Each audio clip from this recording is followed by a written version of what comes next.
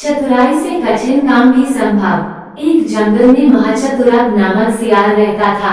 एक दिन जंगल में उसने एक मरा हुआ हाथी देखा। उसकी बाछें खिल गईं। उसने हाथी के मृत शरीर पर दांत गड़ाया, पर चमड़ी मोटी होने की वजह से वह हाथी को चीरने में नाकाम रहा। वो कुछ उपाय सोच ही रहा था कि उसे सिंह आता हुआ दिखाई दिया। आगे बढ़कर उसने सिंह का स्वागत किया और हाथ जोड़कर कहा, स्वामी, आपके लिए ही मैंने इस हाथी को मार कर रखा है। आप इस हाथी का मांस खाकर मुझ पर उपकार कीजिए। सिंह ने कहा, मैं तो किसी के हाथों मारे गए जीव को खाता नहीं हूँ, इसे तुम ही खाओ। सियार मन ही मन खुश तो हुआ, पर उसकी हाथी की चमड़ी को चीरने की समस्या अब भी हल न हुई थी। थोड़ी देर में उस तरफ एक बाघ आ निकला। बाघ ने मरे हाथी को देखकर अपने होंठ पर जीभ फिराई। सियार ने उसकी मंशा भांपते हुए कहा, मामा, आप इस मृत्यु के मुंह में कैसे आ गए? सिंह ने इसे मारा है और मुझे इसकी रखवाली करने को कह गया है। एक बार किसी बाघ ने उनके शिकार को जूठा कर दिया था, तब से आज तक वे बाघ जाति से नफरत करने लगे हैं।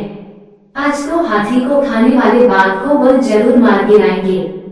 ये सुनते ही बाघ वहां से भाग खड़ा हुआ, पर तभी एक चीता आता हुआ दिखाई दिया।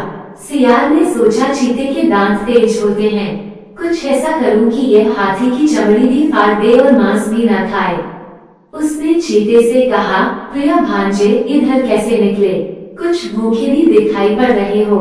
सिंह ने इसकी रखवाली मुझे सौंपी है, पर तुम इसमें से कुछ मांस खा सकते हो।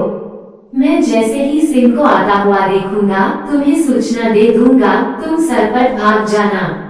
पहले तो चीते ने डर से मांस खाने से मना कर दिया, पर सियार के विश्वास दिलाने पर राजी हो गया। चीते ने पल भर में हाथी की चमड़ी फाड़ दी। जैसे ही उसने मांस खाना शुरू किया कि दूसरी तरफ देखते हुए सियार ने घबराकर कहा, भागो, सिंह आ रहा है। इतना सुनना था कि चीता सरपट भाग खड़ा हुआ। सियार बहुत खुश हुआ। उसने कई दिनों तक उस विशाल जानवर का मांस खाया। सिर्फ अपनी सूझबूझ से छोटे से सियार ने अपनी समस्या का हल निकाल लिया। इसलिए कहते हैं कि बुद्धि के प्रयोग से कठिन काम भी संभव हो जाता है।